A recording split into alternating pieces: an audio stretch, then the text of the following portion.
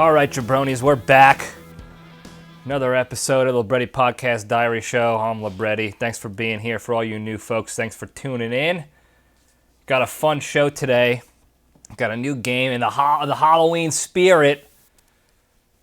Doing a little trick-or-treat action. I'll get into that into the junction, but I do want to talk about some, the news stuff or whatever. I'm in a little bit of a new setup here.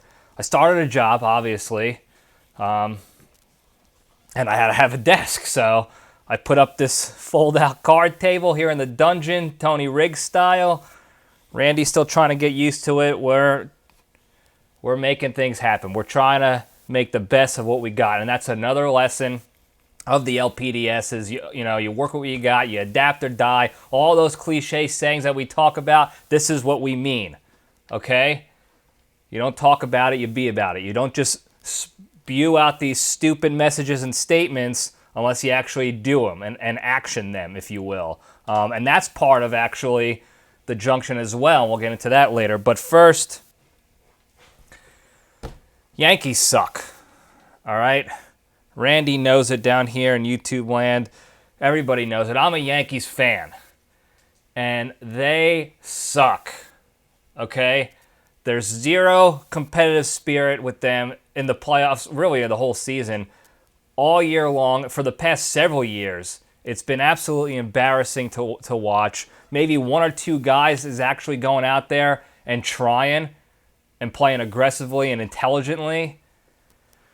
It seems like everybody else is going up, swinging the bat like they're trying to hit a 6-run home run every single time, every pitch, no matter what the situation. They're not reading anything correctly.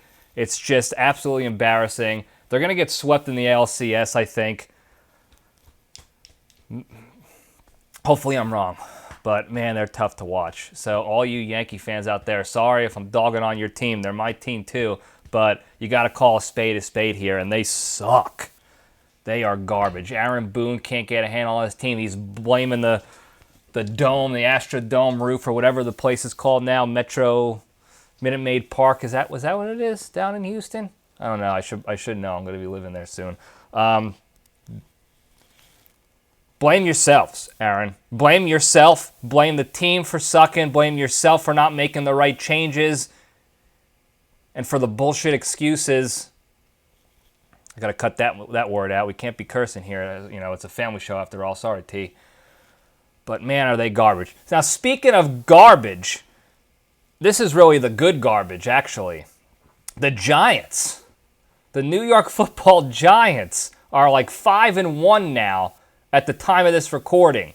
They could very well be 5-2 after this. I'm going to be putting my foot in my mouth, for lack of a better term. But just like I said in the beginning, the Giants may very well suck their way to the Super Bowl.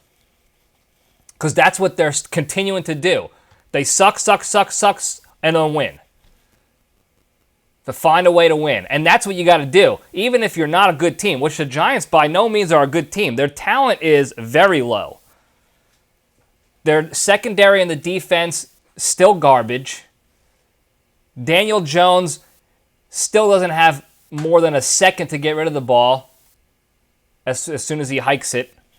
And even when he does, he doesn't make the best decisions all the time either. He's kind of a dope sometimes. So I get it. They're not a great team, but they're figuring it out. Unlike those garbages in pinstripes, those garbage players in pinstripes in the Yankees, on paper, they should be unstoppable. Yet here we are, they're getting embarrassed day in and day out, completely non-competitive. They had 30 strikeouts in the last 2 games that they've played. Now, they'll play another game by the time this comes out. And who knows when you guys listen to this, they'll be on their vacation, their winter break by then. But zero competitive nature. Giants, however, are sucking their way to victory every time. They're going to go to the Super Bowl because of it. That's how you do it, okay? Your team sucks, you have no talent, find a way to figure it out. And that's what they're doing, and it's fun to watch. It's tough to watch, but it's fun to watch, especially at the end when they actually win And we've been talking about this for quite some time now, several years now. The Giants have sucked and have lost these games historically over the past 5-8 years. They'll lose all these close games at the end because they shit the bed, and then they go 5-12 or 4-12 or whatever it is. But now they're actually starting to win some of these games at the end that they suck at, and it's pretty nice. So hopefully they can keep that up. Now, speaking of football and competitiveness, and what is a good way to phrase this? A combat hero of sorts. Tom Brady, in an interview, compared starting his football season, doing an NFL season, with going on a deployment, a war deployment in the military. Now, there's a lot of hate going on. A lot of people don't like Tom Brady to begin with, including Crazy Carol, my mother, for a whole number of reasons that may or may not make sense at all to anybody, but she hates him. A lot of people are giving him hate. There's a lot of people in the military who are really, really put off by what he said. But take the step back, okay? Let's action the lessons we learn here in the LPDS. Let's take the step back and try to think about this objectively, all right? Before you get all pissy and moany about, oh, you've never been to war, you have no idea what it's like to go to war. Look, we here at the Junction, or at the LPDS in general, know what it's like to go to war, okay? We've recorded in the trenches of warfare. We've been over there fighting the good fight, or at least watching other people next to us fight the good fight. So we know what combat is and deployments actually are, okay? You're away from everything you love and hold dear to you for 6 to 12 months, sometimes longer. It's just you out there and your brothers and sisters in arms, and you're going after a mission, and you're accomplishing that goal, and it's stressful times, and it's day in and it's day out, and it never ends. And then after that time is up, you can pack up and go back to your family and loved ones. Seems pretty similar to what these warriors do on the football field day in and day out every year. They have to leave their families for 6 to 8 hours a day, go on the field, play fight with their friends in pads and helmets. They have helmets. They use their own weapons, and they go out and they play war with their friends for several hours a day, and then they get chastised by people. There's always that critical feedback coming in from the bleachers, if you will, and we get it too in war. We have debriefs after missions, talk about what we did wrong and how we can get better. The NFL has fans coming in and yelling at you, and coaches telling you what you did wrong. And they get paid a salary to do that. And then after the season is over, that 17-week season, not minus the playoffs if you're good enough, if you accomplish your missions, you make it to the next round of war, if you will, and you go into the playoffs. So it's a little extended out. It's a little more time away from the friends and family, and then you get paid to do that. So there are a lot of parallels, obviously, between being in the military and going on a deployment and being in the NFL. In fact, thinking back to my time in Afghanistan in the trenches down in Virginia Beach in the modern-day D-Day, I have to say, very close. It might be tougher to be in the NFL, because you're constantly getting scrutinized. At least out in war, nobody's watching film. No fans are in the stands watching film. We're watching our own film to try to get better at killing bad guys.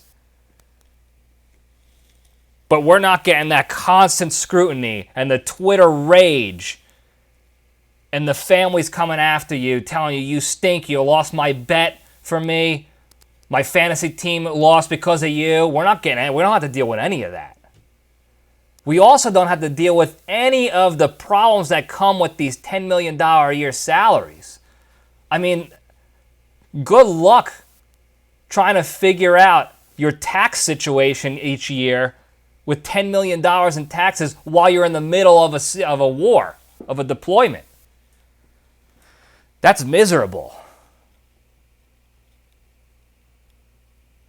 So I get it. I mean, these guys they're tough.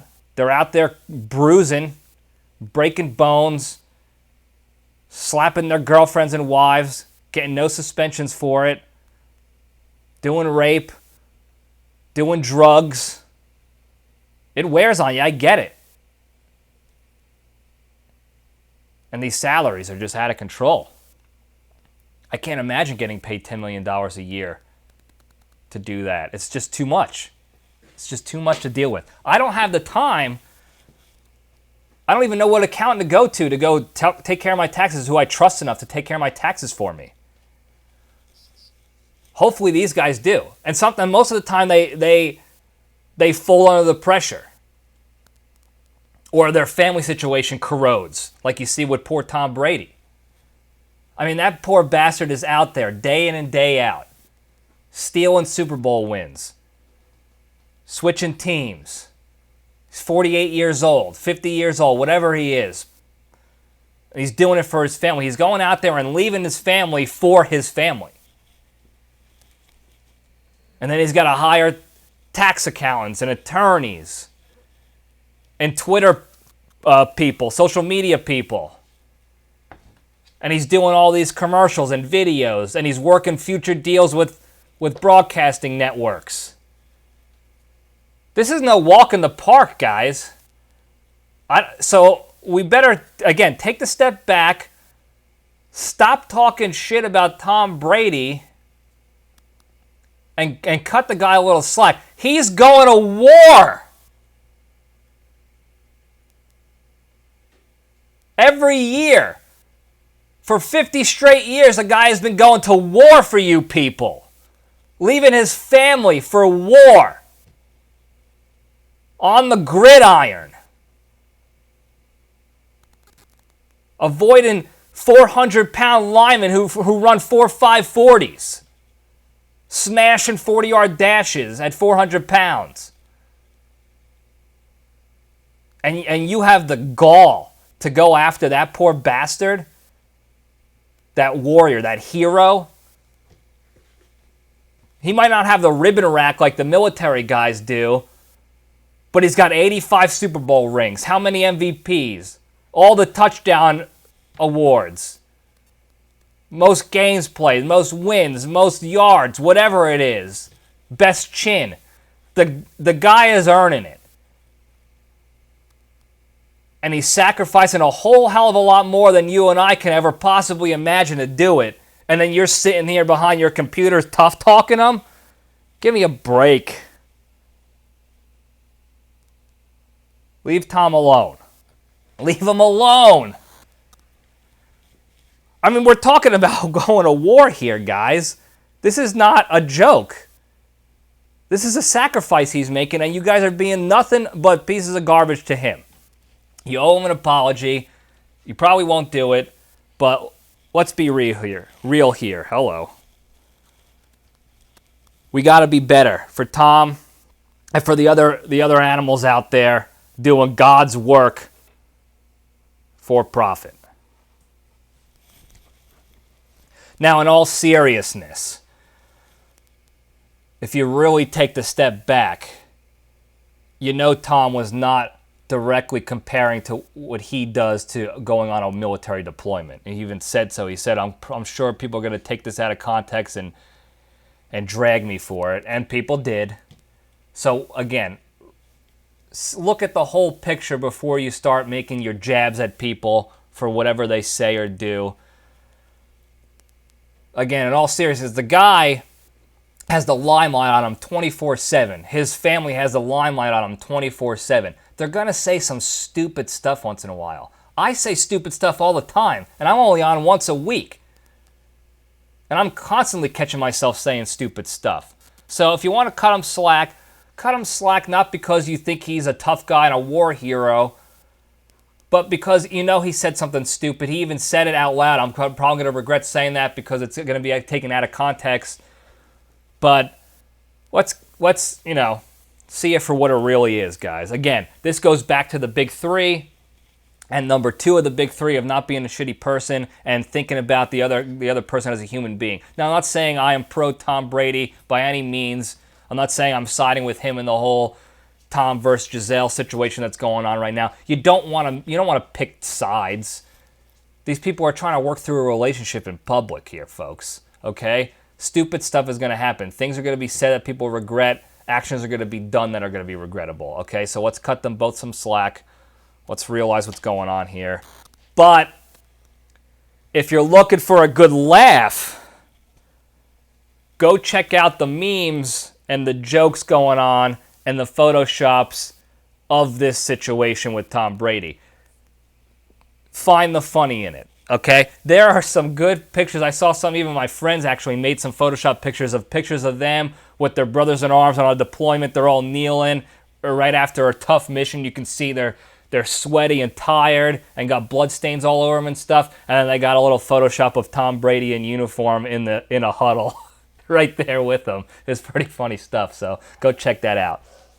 I don't know if you can hear upstairs, but my parents' dog is barking at something. This is what he does. He barks at ghosts, and then he gets Randy all riled up, and then Randy starts barking at ghosts, and then I got to go stop it. And as soon as I get back down to get back to business, they're up and barking at ghosts again. So that's what we got to deal with here in the dungeon. It's not a very professional setup, but this is a blue-collar operation, and we're going to make it work. All right? Now, with that, we'll get into the... do I have anything else here on the news and the current events? No, I'll get into the nitty-gritty here, and we'll step into the cage.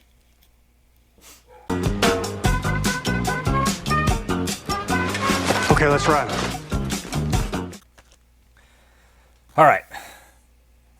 Today's Into the Cage segment is proudly sponsored by Calvin's Compostable Condoms. Are you looking to do a lot of sex, but also looking to do your part for the environment? Then Calvin's has the condom for you. The all-new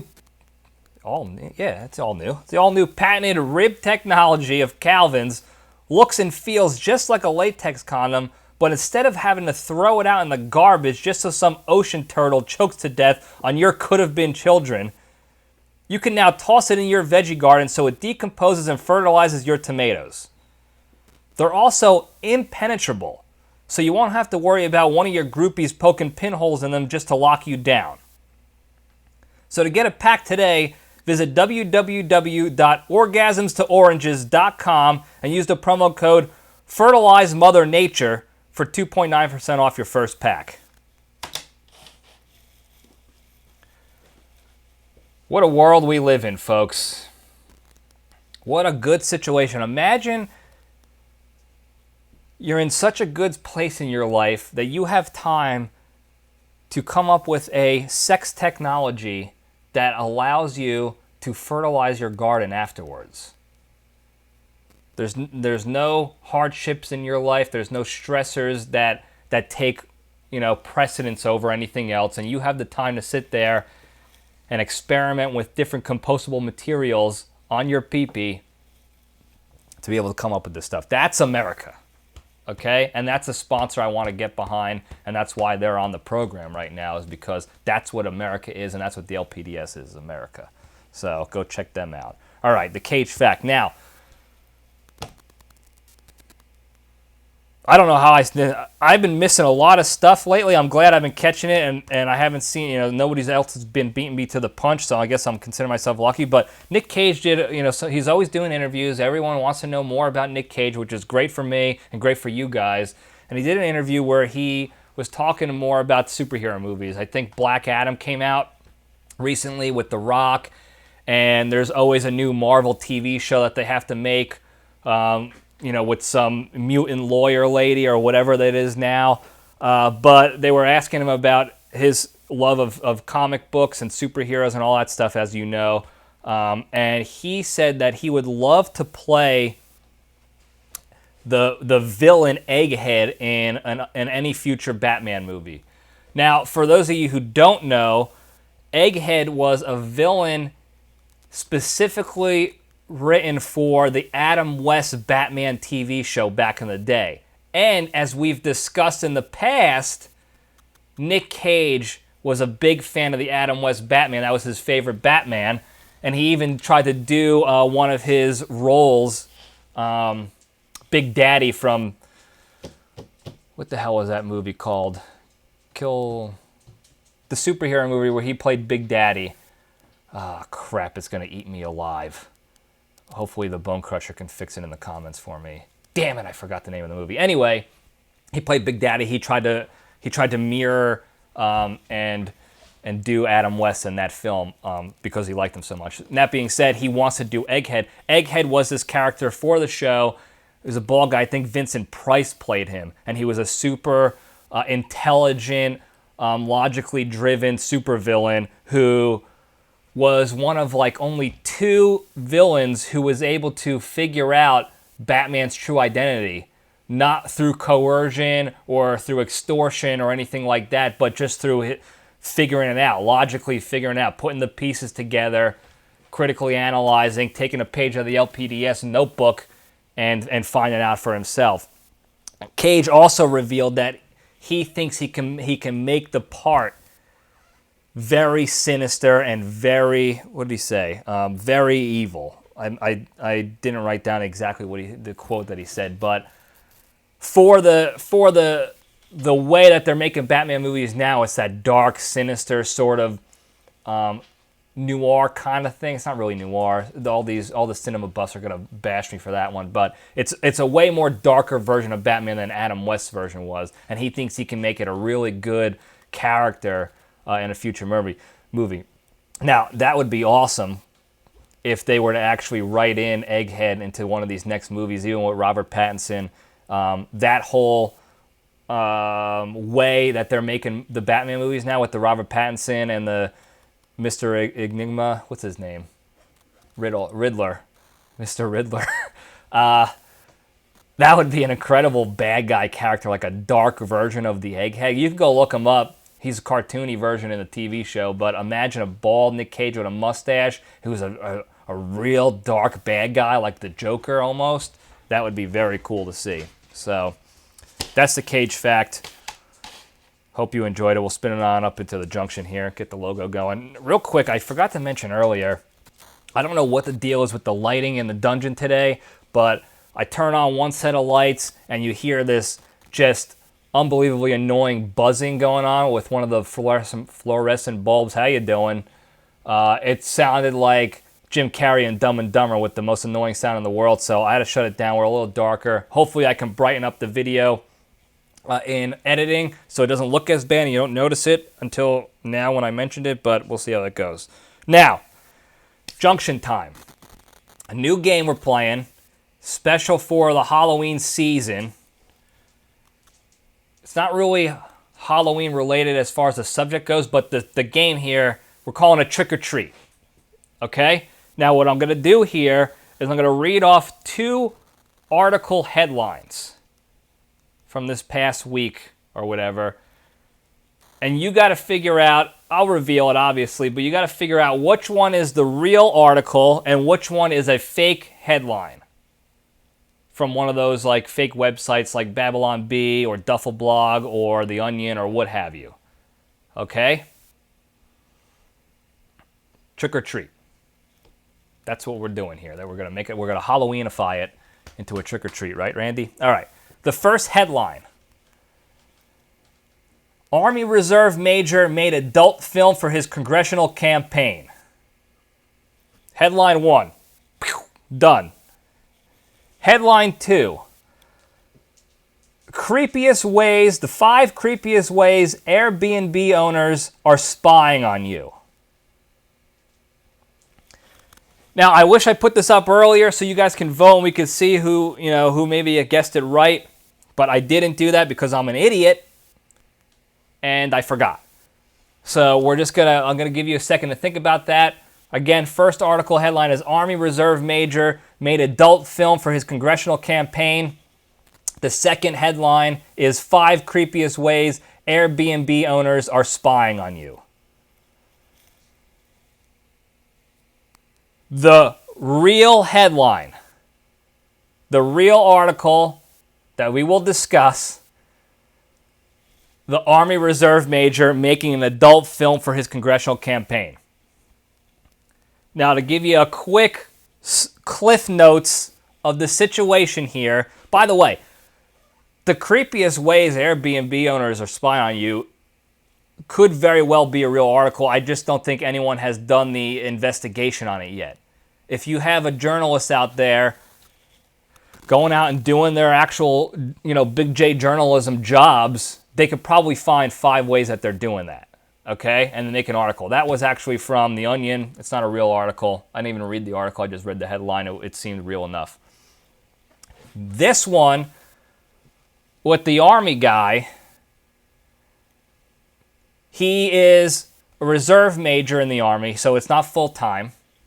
Okay, so for those of you who are not familiar with the military, a way of life, in the National Guard and the reserves, you go one weekend per month and then 2 full weeks during the summertime, and that's sort of your commitment. Otherwise, you're off military duty and you're doing your own thing. Okay, so he's a reserve major. His name is Mike Itkis, not to be confused with Stanley Ipkiss. That's a funny name, buddy. He posted.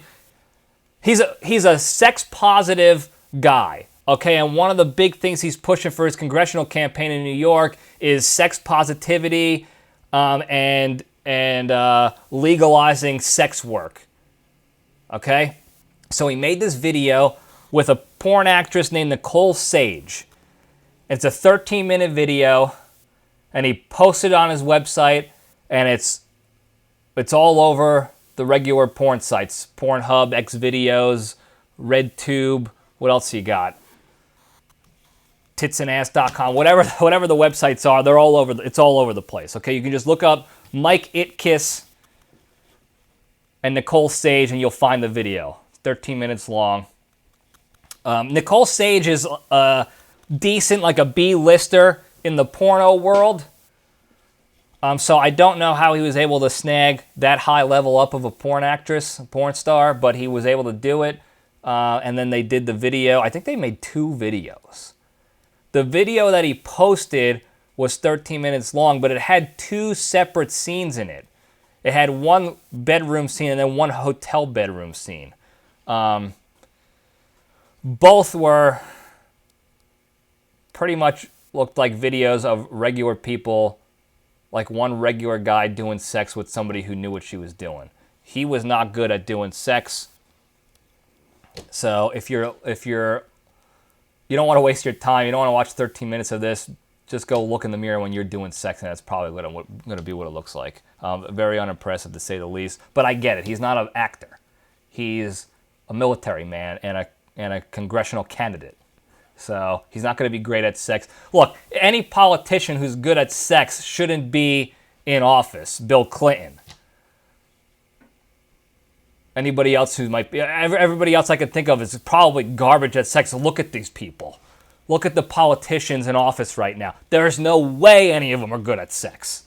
There's no way. And Bill Clinton was so good at doing sex, he did like the Icarus thing. He flew too close to the sun and got busted with a cigar and Monica Lewinsky. Okay? And that's what happens. And you don't see that anywhere else. The stuff that you see people getting busted for in politics right now is secret gay stuff. For all those staunch anti-gay folks who are getting caught doing secret gay stuff in bathrooms, and then the pedo stuff, the sick, disgusting pedophile. Those are the sex people in politics. Secret gay and pedos. Okay, not Casanovas like Mike Itkis wants to be. Stanley Ipkiss. So don't waste your time watching the video. It's really not great. Again, if you're looking for pornographic entertainment, go watch real porno. Okay? Different camera angles, a whole, storyline behind it. Whatever it is. Get your money's worth. Get your tissue box worth. Okay? Don't waste your time on this. So I explained the whole thing to you. That was it. Now, Ipkiss said that because he is pushing a platform of sex positivity and trying to legalize sex work, he needed to commit to the issue, and just by talking about it is not doing his part. It's not doing enough. He had to actually commit to the issue by doing the action. And he said he learned a lot about the industry and how they film and what goes into it, and they got to do testing and all this other stuff that went into the behind the scenes of doing porno and sex work. He had to learn about and comply with in order to do it legally.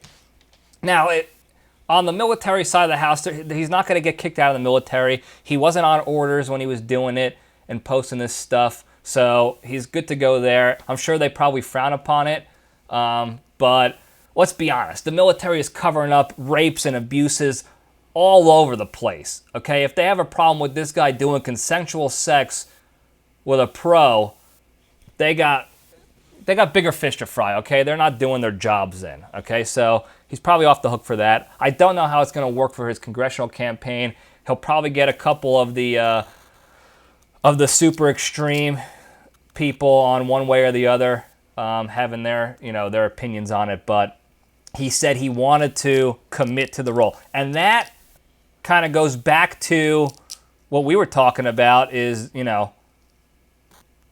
don't talk about it, be about it. All right, so you got to give him props to that. However, we can't avoid the fact that this is an absolute circus act and it's out of control. Okay? This whole thing right now in this past week, I just read 2 article headlines, both of which, if you read them initially, especially if you read them a couple years ago, you'd be like, both of these are fake and garbage. This is nonsense. This is malarkey. But now one of them is definitely real, and one is probably going to be real within the next couple months. We're living in a world right now where it seems that comedians are running like the Truman Show. Like this whole thing is the Truman Show, and it's being run and controlled by a bunch of comedians or the Jackass cast. And they're telling you that they're just controlling the puppet strings at the top there and saying, all right, next, first we're going to have the President of the United States get caught sticking a cigar inside of an intern in the Oval Office. And then we're going to have an Army soldier videotape himself doing sex with a porno star and then putting it on his campaign website and campaigning for sex work. And we're going to see how people will react to it. And they're sitting back there. It's like the Impractical Jokers. They're sitting back there just laughing their asses off when people actually do it and it comes to fruition. I mean, this is unbelievable here. This is real stuff going on in the real world, day in and day out. We're just on the Titanic, knowing it's going to hit the iceberg, and we're just watching it. We're just letting it happen. But anyway, we got to find the lessons out of this, right? We got to find the positivity out of this, because you can easily turn this into, this is a disaster. I can't believe this is what politicians are doing now. This is what they resorted to. What does our country come to? We are going right down the tubes. And you'd be probably right. You'd probably be right. I mean, looking historically at what's been going on the past few years with the corruption and the pedophilia people are getting away with, and the illegal activities, insider trading that people are doing right out there in front of our faces. They're not even hiding it anymore. The lying, the cheating, the pissing away of billions of dollars for no good reason. I mean, we're not far off from the end, folks. Oh, there goes Randy again. Just barking at Ghost. All right, we're back. Had to quiet Randy down. He's probably going to bark again. But anyway, what the hell was I saying? Yeah, so we're going down the shitter. No question about it. However, on the way down, we can at least learn a few lessons and take some positivity out of this. And that is, this guy is committed to his campaign. Now, you could say, at first, when I first read this article, I thought this guy was going to be like a young, like 20-something-year-old, 30-something-year-old, dickhead military man who is saying, I have to commit to the role, like as a joke, just so he can get away with doing sex on camera. But it wasn't that. This guy is older. He's in his 40s. If you saw him on the street, he's wearing the white New Balances and jorts, cargo shorts. He's got a whoop strap on so he can track his steps to soccer practice. Like, this is just a normal schmo of a guy. He was a complete nerd in the bedroom, a real pocket protector.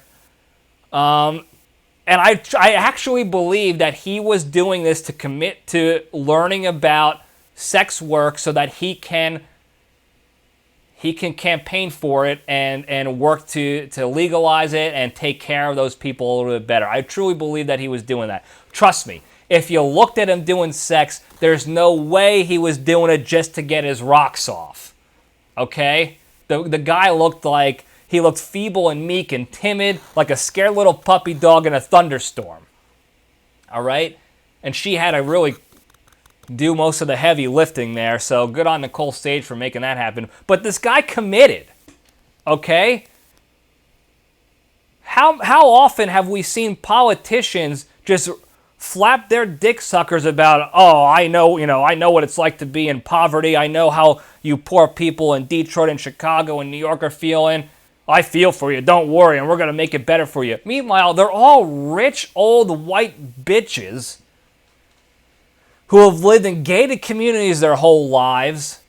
They never sacrificed really anything a day in their lives. They never really saw any real hardship other than maybe their chauffeur got them late to a party or something,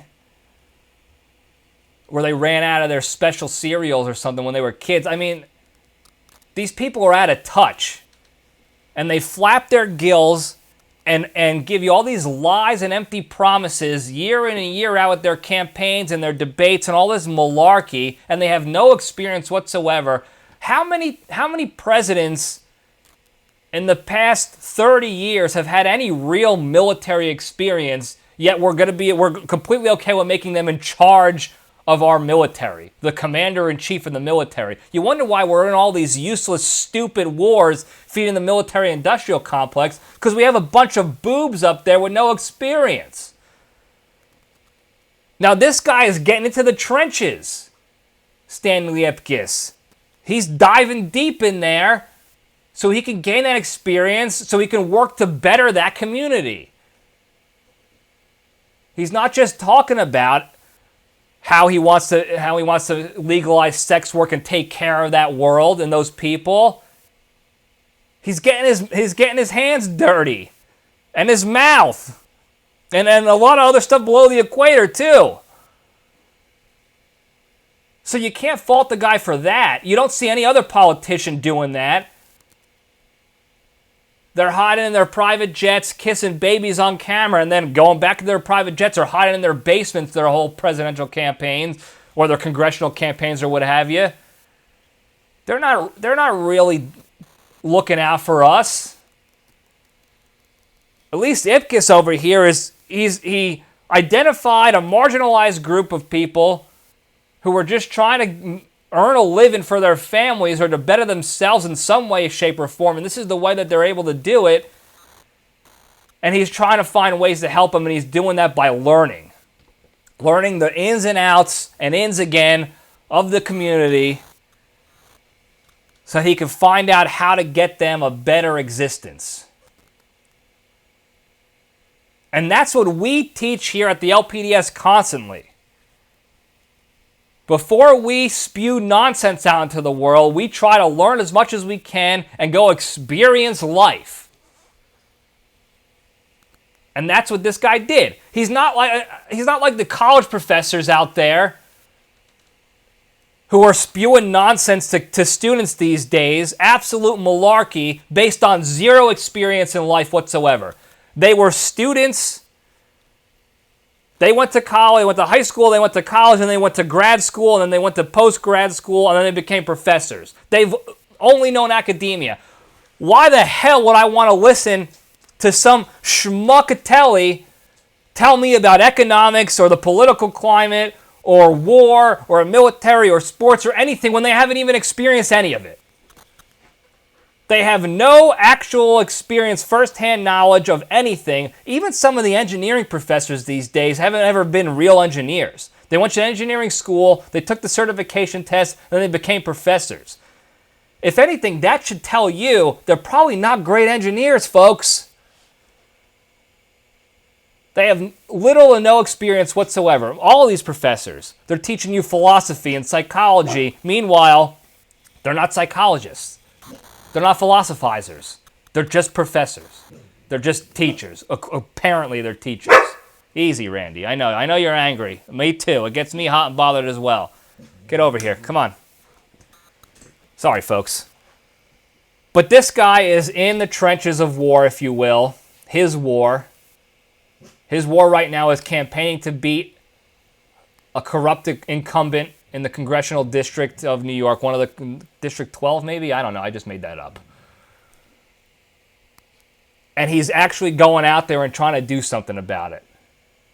Okay, so you could give him all the shit you want for doing sex or being garbage at sex and posting the video online, and it's like, what kind of... I don't want a politician who's done a sex work act, who's done a sex videotape. That's ridiculous. I want a guy who looks the part. That's what it's become now. It's become all show and no go with that world. They don't want the mean tweets. They don't want curse words. They don't want people talking like regular human beings in America, blue-collar folks like the majority of us are. They want people to look statesmanly, and to use all these big words, and to say all the right nice things, regardless of if they ever actually do anything about it, do any good for this community, for the country, or for whatever. They don't care about that. It used to be actions speak louder than words. Remember that? Remember when that was a thing? Mike Itkis is trying to bring that back, and I'm on board with it. I don't necessarily agree with everything the guy says, probably most of everything he said. I don't think I would agree with a lot of it, but he's trying to do good, and he's trying to actually get in the trenches and do something about that. Okay, and we should take a page out of that portion of his book, not the sex portion, not those pages, but just in order to improve on a certain community, I have to immerse myself in the community to learn about it and help them. There's nothing I feel like is more insulting. If I was living in an impoverished city or community on food stamps, working 18 jobs to try to support my family, living in a glorified crack house, there is nothing more insulting to me than when a rich old white bag of shit bitch in their ivory tower, protected by armed gunmen and bulletproof vehicles, tells me that they know what I'm going through and they can help me out. I feel like there would be nothing more insulting than that. Just like when a idiot with zero military experience comes in and tells us they're going to fix the military and make it better because they know what we're going through. These people don't know shit. All right? And this is coming from a guy who knows a lot about not knowing shit. I'm very experienced in the world of not knowing shit. And I also know when there are others out there who also don't know shit. Okay? And most of these politicians, if not all of them, don't know shit. At least Itkis knows a little bit of shit now about the sex work community so he can continue to campaign there and to bring that community up. So let's take the positive out of all this. Forget about the fact that this guy just did garbage sex on video for the world to see. And take it for what it's worth, okay? And that's all I have to say about that. Before we go, though, we have 45 minutes of me flapping my gills. I do it all the time, folks. I'm sorry. Before we go, the big three, we kind of been hitting on all of them most of the episode, which is what we want to do. Again, for the new folks out there, the big three are the three pillars in the LPDS world to staying strong and being a better, happier, more positive, gratitude mindseted person. That doesn't make sense, but you know what I'm saying. All right?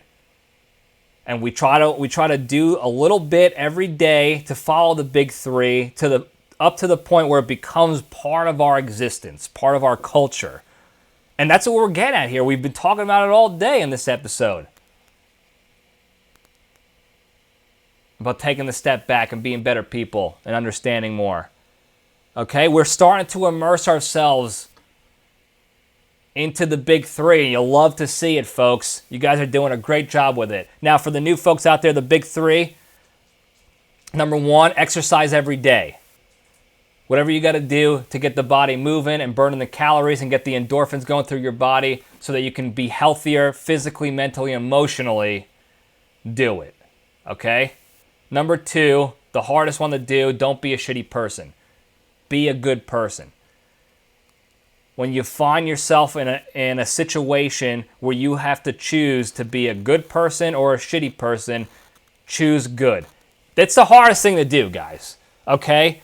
The easiest thing to do in the world right now, this day and age with social media and the internets and hiding behind your computers, is to look at Tom Brady's interview and call him a piece of garbage for disrespecting the military and for the people who went to war and actually know what being in a deployment looks like, and screw him for doing that. We're not those people, okay? We see those opportunities and we take advantage of them. We take the step back, we understand the context of the situation, and we try to find the good in that. And we understand that these are human beings doing human being things, making mistakes, saying stupid stuff they regret, doing stupid things they regret, and understanding that, empathizing with it. You don't have to agree with it. I don't agree that posting a sex video is the most effective way to get your point across that you're committed to the issue. But I can empathize with what he's doing. Ipkiss. So that's what we have to do. Take the step back before you be a shitbag on the internets. Think about that. Think about they're other human beings. They're not profiles, okay? They're not fake bots out there. They're human beings. All right? Number three, the most important one, be genuinely thankful and grateful for all the good you have in your lives. All right? I'm sure Tom is sitting back thinking now, Tom Brady, I really have a good thing going with my hot-ass wife and my loving family and my mega mansion and my millions of dollars. Hopefully he's grateful for that and taking the step back and realizing that and not willing to piss it away for a football war. All right? So be thankful for the good you have in your lives, because you never know when it's not going to be there and you're going to regret not taking advantage of it and cherishing it while you did have it. Now that's all I got. Thank you guys for listening. Hope you enjoyed it. Don't forget to like and subscribe and put on the post notifications and do all the how you doings there to keep this show and this train moving. All right? And hit the hotline. 202-670-1114 is the hotline. You can call for anything you want. I had some technical difficulties this week with getting the hotline. We had a couple calls. I'll get to them in a future episode, so I apologize to the people who called. I didn't forget about you. I got it, but there are some issues on the tech side of the house, so I'm working through those, and I'll get those hotline calls up to you. But call it in if you have questions, if you have ideas for future topics of episodes, if you need advice for anything, if you have advice for me, if you just want to joke and smoke and joke and smoke and joke, hello. Whatever you want to do, call the hotline, 202-670-1114. Call it, shit talk me, do whatever you got to do. All right? Thank you guys again.